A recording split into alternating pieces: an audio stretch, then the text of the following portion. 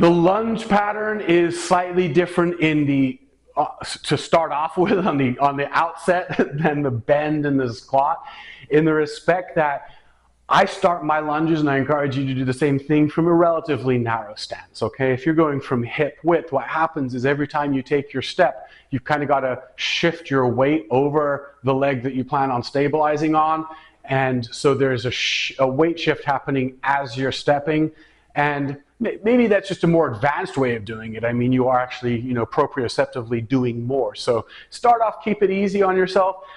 From here, I don't really have much weight shift going on. I'm just going to step right back, okay? So with a lunge, what is a lunge? A lunge is really a split squat, but it's characterized by there being a step involved. So if you've ever seen a split squat, a lot of times you will actually elevate your back foot on a bench or a block, and it's simply this here, and it's a really good way to get to the hip flexors and quads of the back leg and the glutes of the front leg. And it's really good also for balancing the body, because it works kind of one leg in a different way than the other, and then you switch. There's some unilateral action going on there. So it's a great pattern. The lunge is essentially the same thing, except, like I said, with a lunge, we're always prefacing each rep with an actual stepping motion. Now, with the lunge, that could be a backward step, could be a forward step, it could be a rotation with a sideways step, something like that. It could even be a sideways step without a rotation, where I'm coming down here and then dropping down. And then we even get into like something that we call a Cossack squat, which is essentially that foot way down or butt way down to the ground. So there's a lot of different ways that you can step. You can step in pretty much any direction you want. One thing I will say is, when I'm weightlifting and utilizing a lunge, generally speaking, I'm utilizing a back step, not a forward step. And it's actually not the forward step that's the difficulty, it's the return back from a forward step. So if you're trying to push backwards from your front leg, you're going to notice that's a lot less stable, and you really have to kind of like push off, which is difficult to do with weights and also feels less stable than stepping straight up to here. So you're going to see that with weightlifting, generally we're stepping back and then from back to front, as opposed to stepping forward and then forward to back. Now, that's not a rule, just kind of more often than not, okay? So with the lunge pattern, we have one leg in the back, one leg in the front.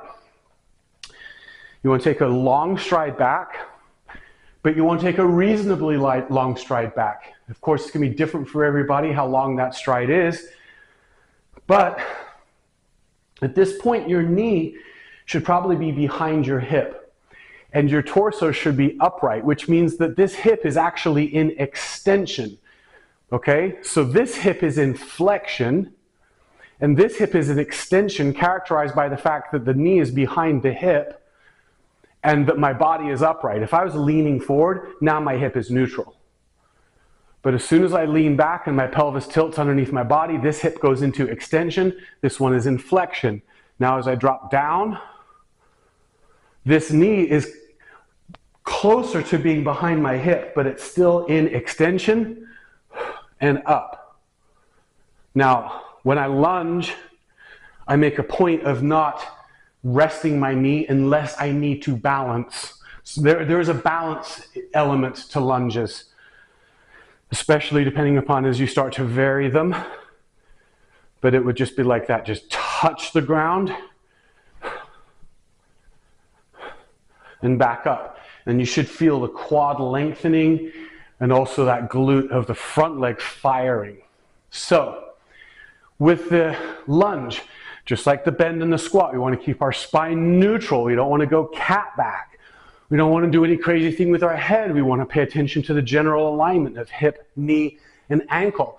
A lot of times in the back foot, this alignment gets off because people externally rotate their back foot and do something kind of like this, and then they're lunging with the arch of their foot on the ground, and their knee is Don't do any of that stuff.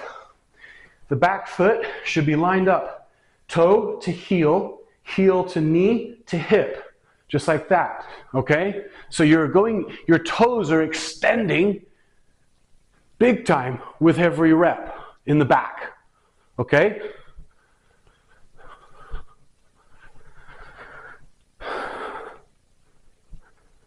Once you have that down and you've got your good alignment, you're keeping your back flat, your core is engaged, your breathing is right, now you could say, hey, if I wanted to, I could focus a little bit more on my glutes.